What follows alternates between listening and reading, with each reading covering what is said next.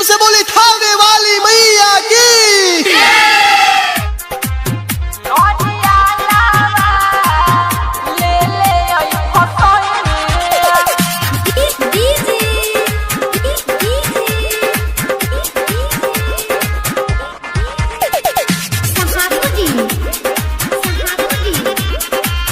एक की recording studio गोविंदचक। सुनिया गइला हे जिदा सहारा चली मेला घुमा दी हमरा। सुनिया गइला हे जिदा सहारा चली मेला घुमा दी हमरा। फुलावा चढ़ाई बउन के गोहराई बखुश होई है दुर्गा मैया।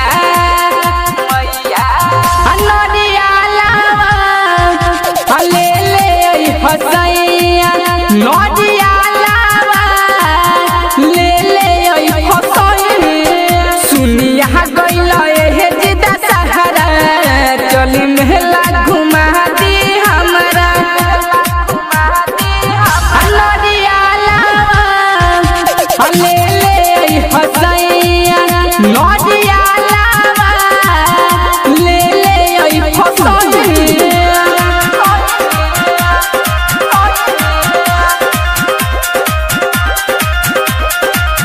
रउआ जहाँ बाजारी जी ले आई नया सारी जी। रउआ जहाँ बाजारी जी ले आई नया सारी जी।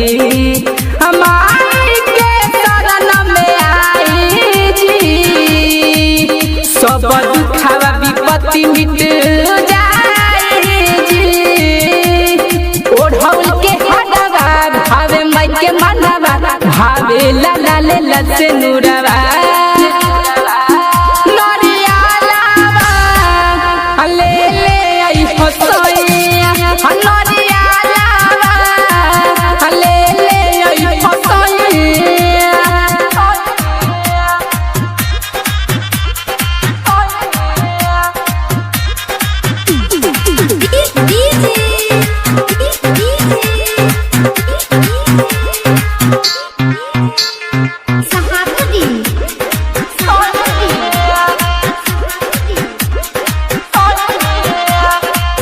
सुकेश गाय भजनिया जी राउड नाची दुलहिनिया जी।